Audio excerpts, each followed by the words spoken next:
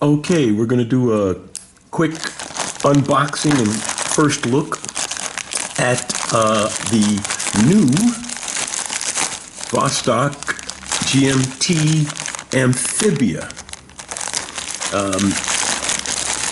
If you've seen, we've done the Amphibia in an earlier review, but when I saw that they had a GMT version, I leapt at it.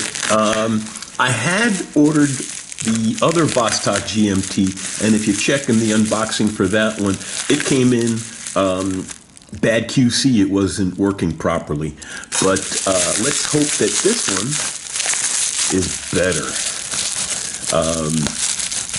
What I like about the Vostok watches is they're a good example of fun collectible watches that don't break the bank.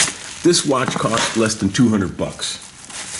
And from what I could see from the pictures, it was a really nice looking piece. Let's see what it looks like in the real. Oh, there we go. Vostok on the box.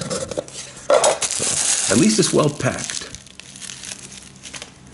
What we got here, and kaboom. Oh, that's pretty. That is a pretty piece. Let me zoom in. That is a pretty piece. It's got the scuba dude on it. Let's pull it off of the phone. It's got the scuba dude on it. It does have the floppy crown. At least it doesn't have the problem with the other one where the hand jumped when I pushed it back in. So there we go. It looks like I'm going to keep this one. And just really pretty piece.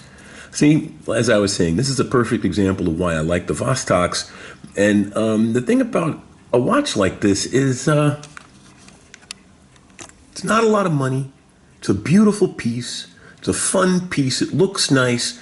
I think it's going to wear well. Let's do that. Wristwatch check. I'm wearing my Universal Genève Senna. Let's pop this off. And throw this on. Ooh, it's got a nice rubber strap. I like this strap. I like the strap. I like the back. It's the traditional Vostok retention ring and back plate.